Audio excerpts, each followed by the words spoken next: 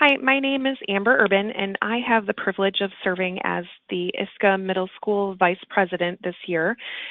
So I am here to help all of you middle school counselors with any resources that you may need. I am a 5th and 6th grade school counselor at Prairie Creek Intermediate at College Community Schools in Cedar Rapids. So I'm just going to talk a little bit today about resources that I find to be most helpful in my job as a school counselor and some sort of hot topics that I think come up quite often with this age of kiddos and dealing with parents of middle school students as well. So the first thing that I wanted to talk about was the second step curriculum. This is the curriculum that I use with my 5th and 6th graders. You will find that it starts in preschool and goes through grade 8. This can sometimes be a pricier curriculum, so it's maybe not something that you are going to purchase on your own, but maybe something that your building or your district would purchase. And even if you just have a single binder or copy for your building, you still could reproduce things really easily. So you can see here that there are a lot of risk and protective factors that are addressed by second step curriculum, things that are pretty common for middle school age students and some of the struggles that they might have. The lessons are really easy to deliver for both counselors and teachers. And that's what's really nice about Second Step, is that it really is designed for counselors and teachers to work together in delivering the lessons.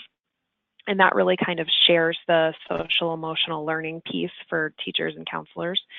The learning targets are laid out really well. There's videos and handouts that accompany each lesson, and they're also really easy for families to follow. So there are extension activities that you could send home and just different informational pieces. I know my son's school uses Second Step, and he gets things sent home that talk about what they're doing.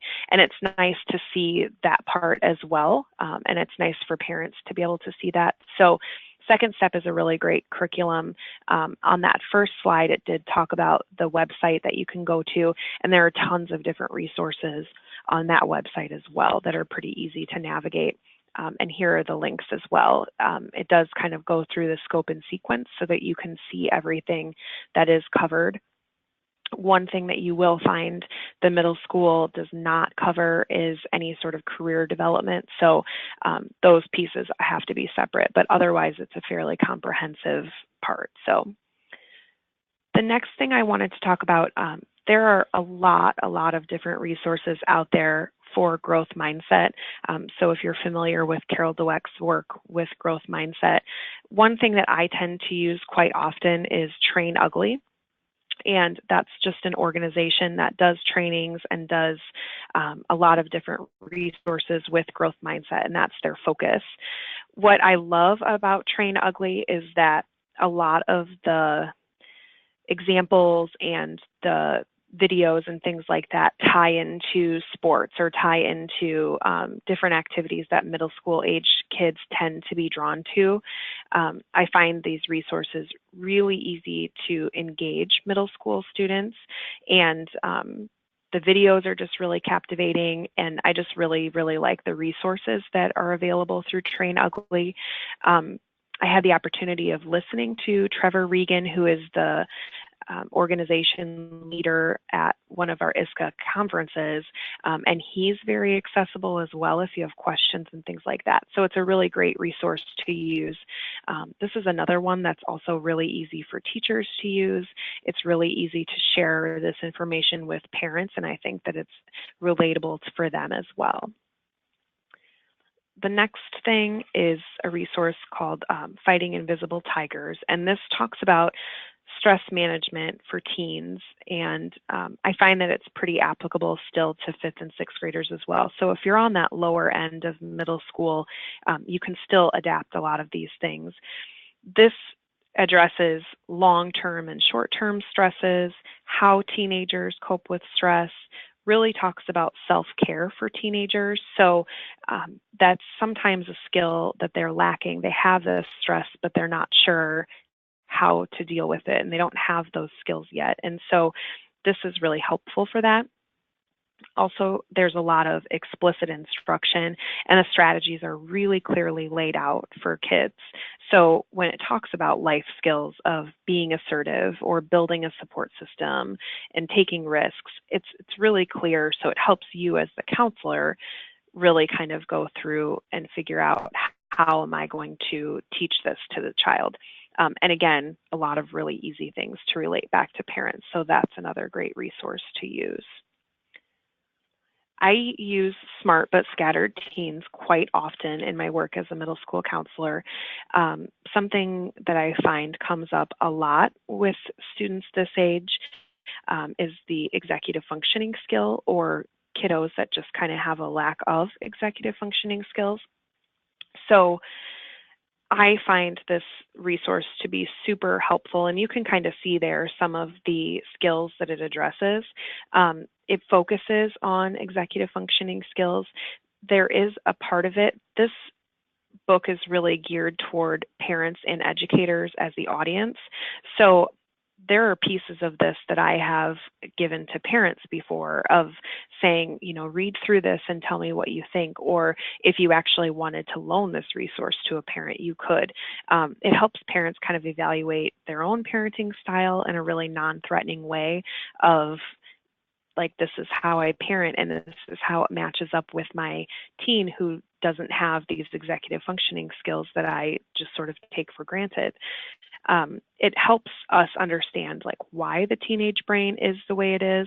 There are a lot of checklists and things for kids to maybe evaluate their own executive functioning, things that they may not even think of as skills that they're lacking.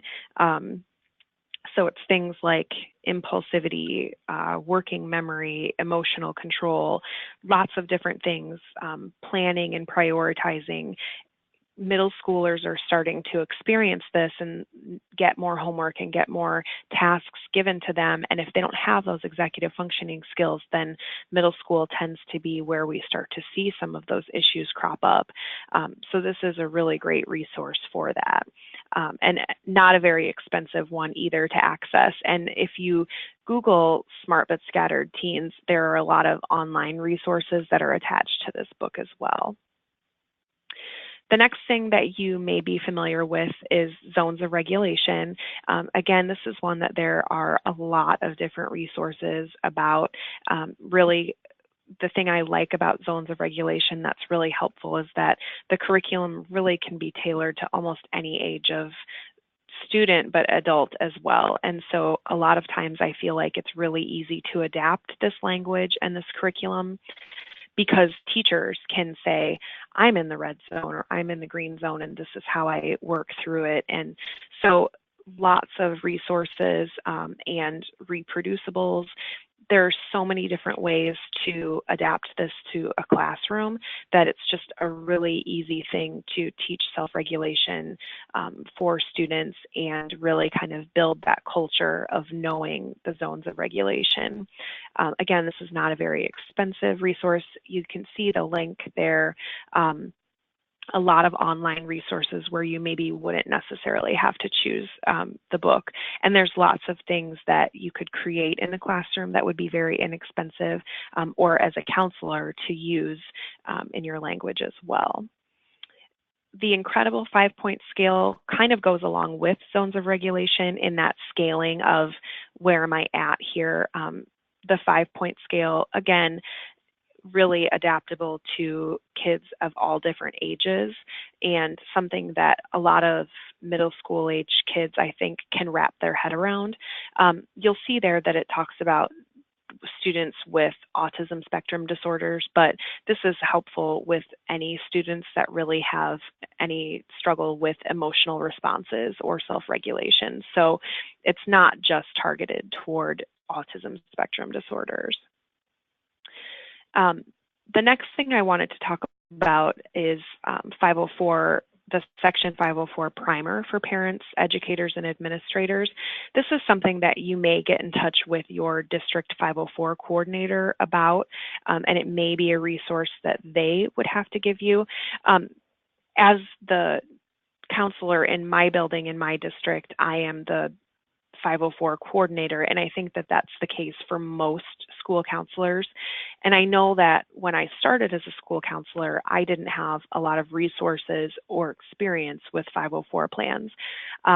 You'll do a lot of talking with parents about 504 plans and what is the purpose and what is the difference between a 504 plan and an IEP, and just all of those things. And this resource is extremely helpful for that.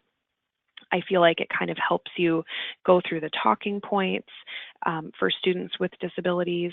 The other thing that I use this for a lot is actually writing 504 plans. So if I'm going through, this is just kind of an example, there is just about every possible disability that you could think of listed in this resource, but the one that I pulled was for attention deficit disorder, and it talks about different possible accommodations that, you know, when you're sitting in a 504 meeting and you're listening and hearing about a student and you're hearing what their characteristics are, you can kind of look at these and kind of go, oh, well, this sounds like an accommodation that would be helpful for that student. And it just gives you some ideas to pull from. You can find things online as well, but this is just a nice resource to just have. Sometimes I like to have things handy right there for a parent to look at as well. So this resource is extremely helpful for that and kind of helps you learn that language and some of the main talking points of a 504, because it is something that will come up quite often as a counselor. Lastly, just some blogs and kind of popular topics that I find myself trying to learn about and trying to know more about, just because I have a lot of conversations with parents about it. So those first three websites I just find are really great resources for finding out what other counselors are doing. And some of them have discussion boards attached to them that are really helpful to kind of get other people's perspectives on things. Bullying versus peer conflict is something that I'm always trying to find out more about. This is something that, especially in middle school, I think comes up quite often. A lot of that is helping parents understand the difference between bullying and peer conflict, and really kind of helping parents and students work through that. Digital citizenship, social media, students using technology. I know in our building, our kids are one-to-one, so they do have their own Chromebook assigned to them. And so we're always talking about digital citizenship and how to develop those skills, because in middle school, a lot of students have access to this technology and social media, but if you think back to those executive functioning skills or just those digital citizenship skills, they don't always have those skills to go along with it. So helping them and help parents kind of know how to build those skills as well. Again, I talked about executive functioning. That just seems like a really big one. Sometimes parents will feel like their student has all of these struggles and that it's a learning disability and that, you know, maybe they need special education, and sometimes it goes back to executive functioning skills and really helping them build some of those skills that, if you have them, you kind of take for granted that not everybody does, and that sometimes those skills need to be built up. So that's a huge one. And lastly, PBIS, positive behavioral intervention supports. Lots of things online about PBIS, and if you are a PBIS district, then you do have a lot of support from your AEA for that as well.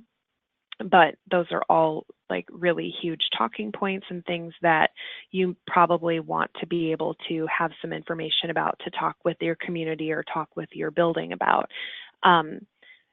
When I mentioned the AEA, that's another really big resource to utilize. You do have AEA representatives in your building for maybe special education consultants and things like that. But if you have concerns about maybe a certain topic that maybe I've talked about, or things that are coming up in your building, chances are your AEA has a training or a workshop about that. And I have found that they're all really open to feedback about that as well. So if it's something that continues to come up, they are really good about coming up with trainings and coming up with workshops for you to gain more information. And a lot of times those are free or pretty inexpensive. So that's a really good resource to utilize as well. Um, Obviously, there are a lot of other topics that will come up as a middle school counselor. I just wanted to highlight the resources that I find myself using the most. Um, Please feel free to get in touch if you have questions or if you have suggestions and resources that you find. I love hearing about new resources as well, and I love to kind of seek things out. So if something's coming up, I'm happy to be of help, and I'm really excited about being part of this position. So I look forward to hearing from all of you. Thank you.